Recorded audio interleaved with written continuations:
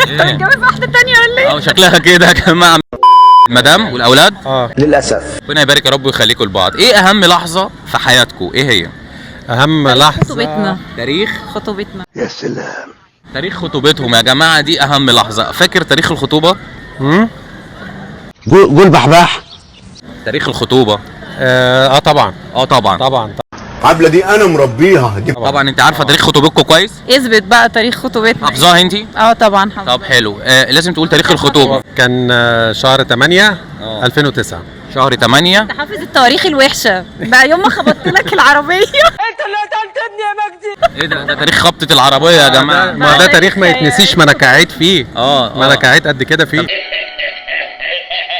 قولي لنا انت التاريخ الصح كان كام؟ 14/7 سنه كام؟ 2008. 2000 2008.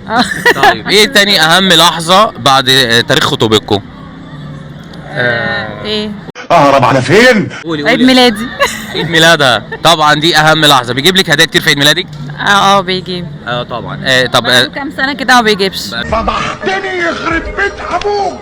له كام سنه ما بيجيبش. هنعرف ليه دلوقتي. تاريخ عيد ميلادها امتى؟ عيد ميلادها امتى؟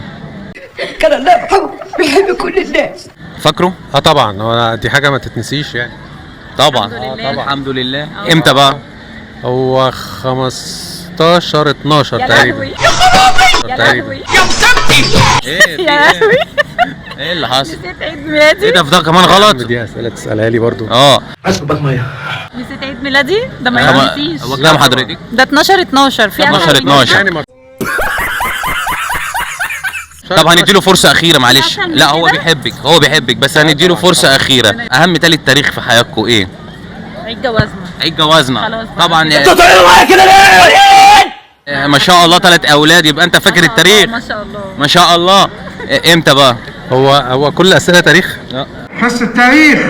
تواريخ مفيش النهار. اي حاجه تانية غير تاريخ. هو كله ضرب مفيش شتيمه ولا ايه؟ هنختبرك بس قول يلا. مفيش. انا كده هبات بره. لا مش مشكلة، هنيجي نقعد معاك. تواريخ. قول لنا تاريخ الجواز إمتى؟ هو كان في ثانية واحدة. فاكرة تاريخ جوازكم؟